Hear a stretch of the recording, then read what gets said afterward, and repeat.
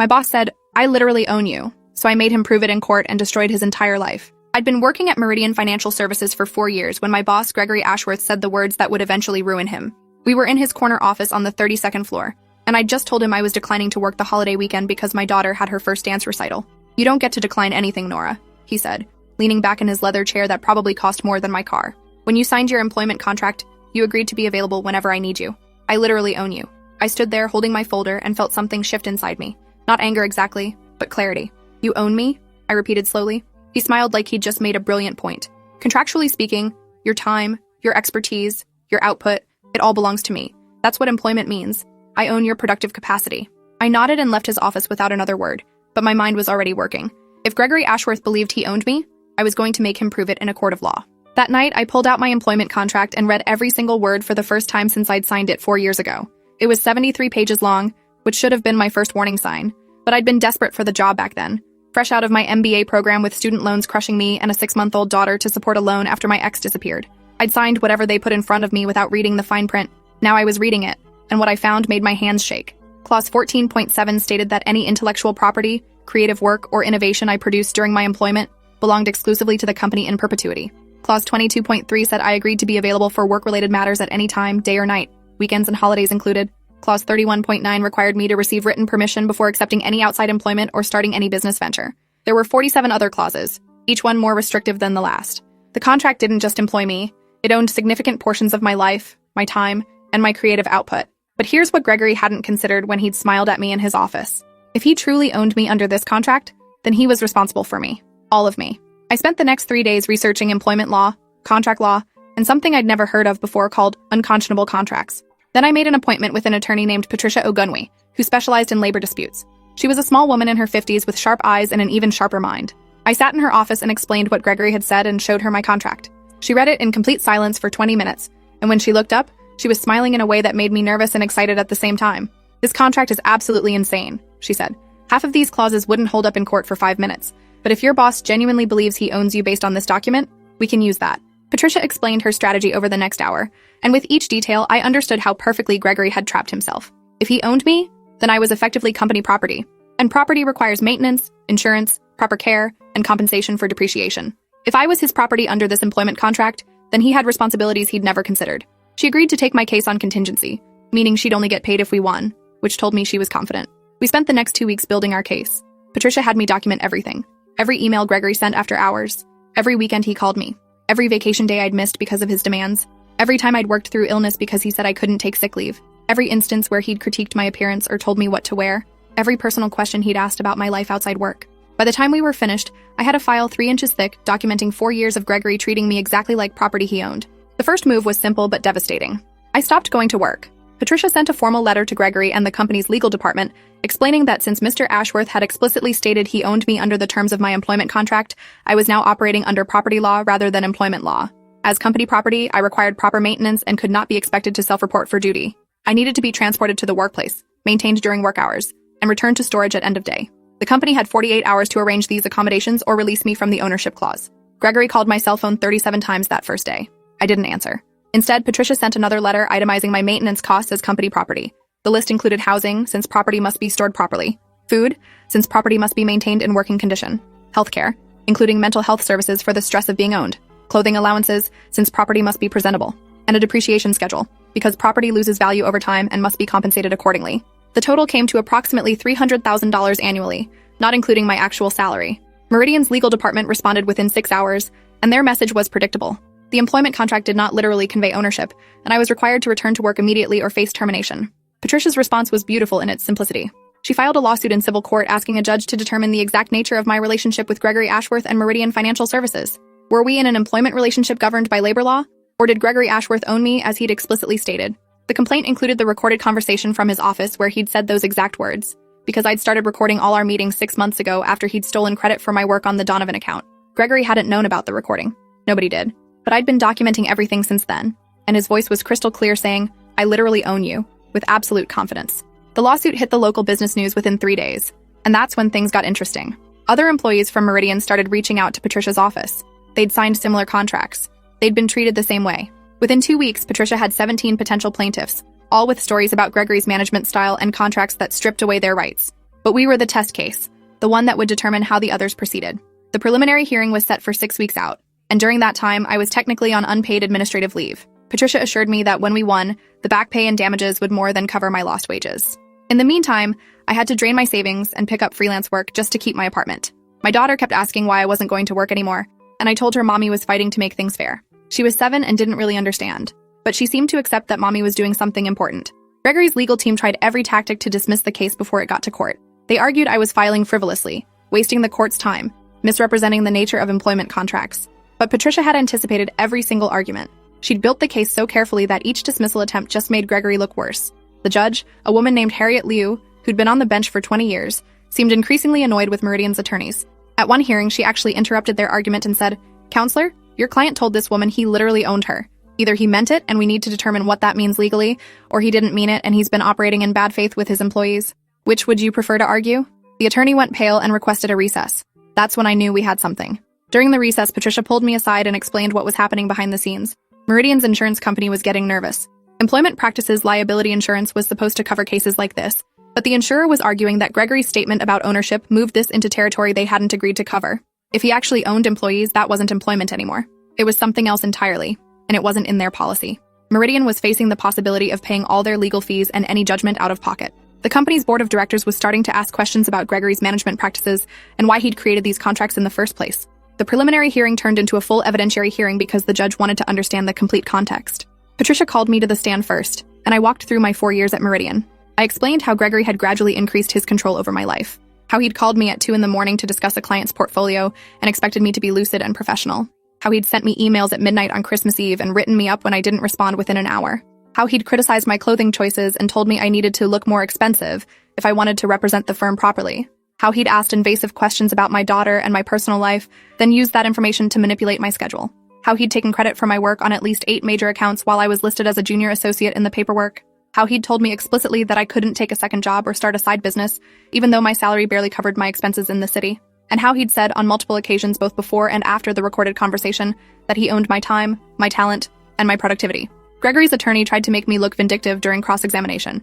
Wasn't I just upset about not getting promoted? Wasn't I known for being difficult in the office? Hadn't I actually volunteered for many of these extra projects? I answered each question calmly and truthfully. No, I wasn't upset about promotion because Gregory had never indicated promotion was possible for someone at my level. No, I wasn't difficult. I was thorough. And there were 17 other employees ready to testify about similar treatment. And yes, I'd volunteered for projects because refusing meant retaliation. And I had documentation of 3 instances where colleagues who'd refused Gregory's requests were fired within weeks for pretextual reasons. The attorney sat down faster than I expected. Then Patricia called her expert witness, a professor of labor law from Northwestern, who'd written 2 books on employment contracts and worker rights. He walked the judge through my contract clause by clause, explaining how each one exceeded normal employment terms and veered into indentured servitude territory. He used phrases like unconscionable restriction on liberty and effectively binding the employee beyond the scope of legitimate business interest. He compared my contract to historical examples of exploitative labor practices and made it clear this wasn't standard in the industry. Meridian's expert witness was some corporate attorney from New York who tried to argue that all of this was normal in high-level financial services. The judge asked him directly if he'd ever worked under a contract like mine. He admitted he hadn't. She asked if he'd recommend his own children sign such a contract. He hesitated, then said he'd want to review it carefully first. The judge actually smiled at that answer. Then came the part Patricia had been waiting for. She called Gregory himself to the stand. I watched him walk up there in his expensive suit, still confident, still believing he was going to explain his way out of this. Patricia started gentle, establishing his role at the company and his relationship to me as his employee. Then she played the recording. His voice filled the courtroom saying, "I literally own you," with such casual certainty that several people in the gallery shifted uncomfortably. Patricia asked him to explain what he'd meant by that statement. Gregory tried to walk it back immediately. It was a figure of speech. He'd been frustrated. Everyone talks like that in high-stress environments. Patricia let him dig for a while, then pulled out printed copies of 17 different emails where he'd used similar language with me and other employees. "Your time belongs to me. I own your output. You're my resource to deploy as I see fit." She asked him if all of these were also figures of speech. Gregory's face started getting red.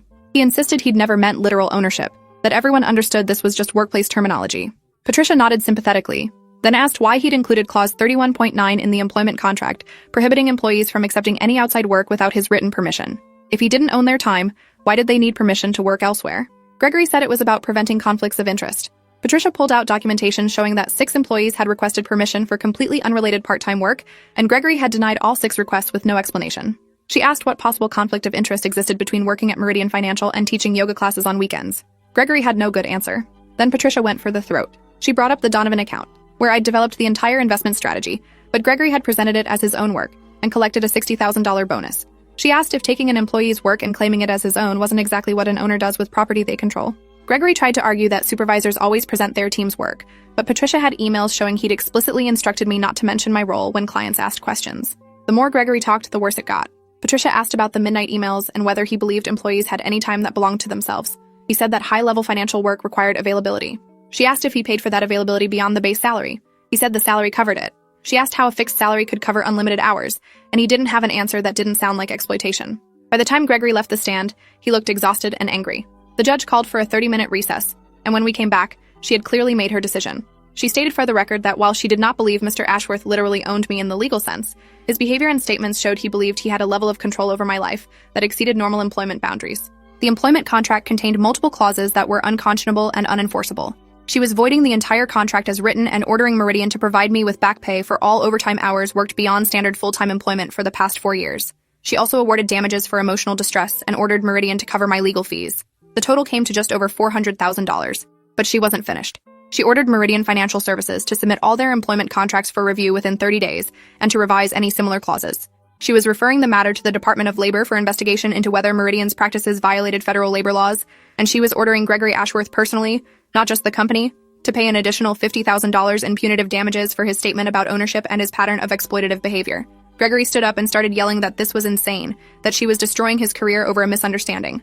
The judge told him to sit down or she'd hold him in contempt. Security actually moved toward him before his own attorney pulled him back into his chair. The courtroom was completely silent.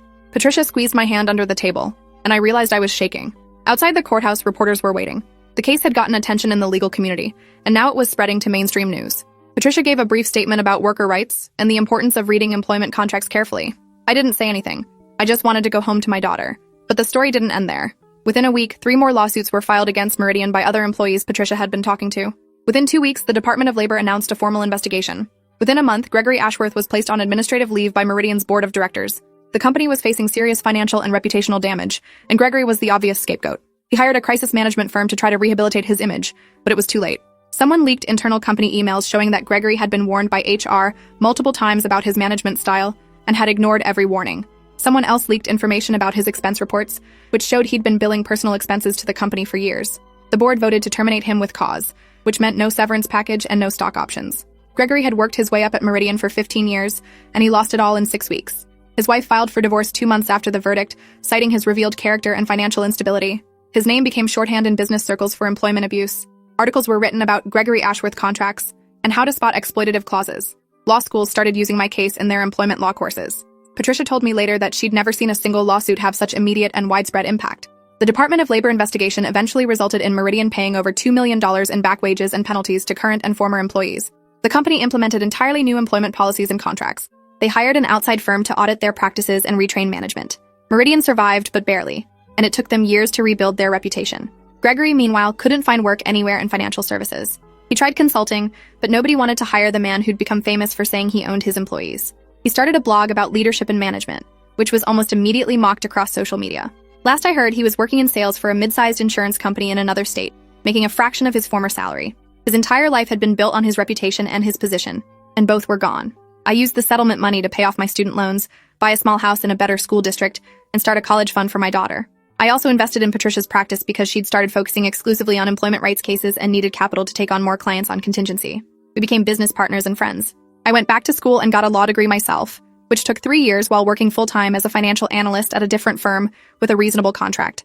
Now I work alongside Patricia, representing employees in cases similar to what I went through. We've won most of them.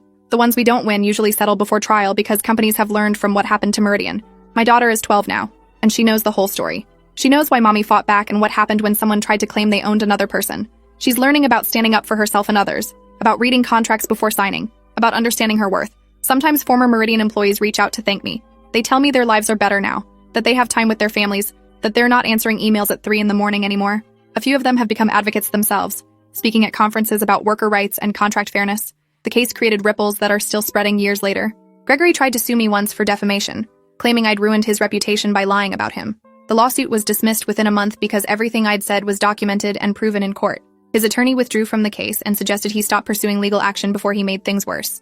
That was the last I heard from him directly. But but I see the impact of what happened everywhere. Companies are more careful now. Employees are more aware. There are organizations dedicated to reviewing employment contracts for workers who can't afford attorneys. Law schools teach entire courses on exploitative employment practices. And whenever I speak at conferences or to student groups, someone always asks about Gregory and what happened to him. I tell them the truth. He built his career on believing he could own people's time, labor, and dignity. When forced to prove that belief in court, he couldn't, and everything fell apart. His life wasn't destroyed by me. It was destroyed by his own words and actions. I just made sure those words and actions were examined in the light instead of hidden in corner offices and intimidating contracts. Sometimes I think about that moment in his office when he leaned back in his expensive chair and told me he owned me. He was so confident, so certain that his position gave him unlimited authority over people beneath him. He never considered that someday someone would take him seriously and demand proof. That's the thing about people who believe they own others. They're always surprised when the property fights back. My daughter asked me recently if I regret how everything turned out, if I wish I'd just found a different job instead of fighting. I told her that some battles are worth fighting not just for yourself, but for everyone who comes after you. Gregory Ashworth said he owned me, and that statement revealed everything wrong with how he treated everyone who worked for him. Making him prove it in court didn't just free me, it freed dozens of other people and changed how companies think about employment contracts. That's worth every difficult moment. Last month, I got an email from a law student who'd studied my case. She told me she'd just convinced her first employer to remove several problematic clauses from her contract before signing. She thanked me for showing her that employees have power and that contracts are negotiable. I saved that email. I have a folder full of similar messages from people who've used what happened to me as leverage in their own situations. None of them had to go to court. They just had to know it was possible to fight back. That's Gregory's real legacy. Not his career or his reputation, but the knowledge that no one owns you just because they sign your paycheck. And if they claim they do, you can make them prove it. And watch everything they built come crashing down when they can't. I'm not owned. I never was. And neither is anyone else. Thanks for hanging out till the end. If you want more stories, make sure to subscribe and leave your take below.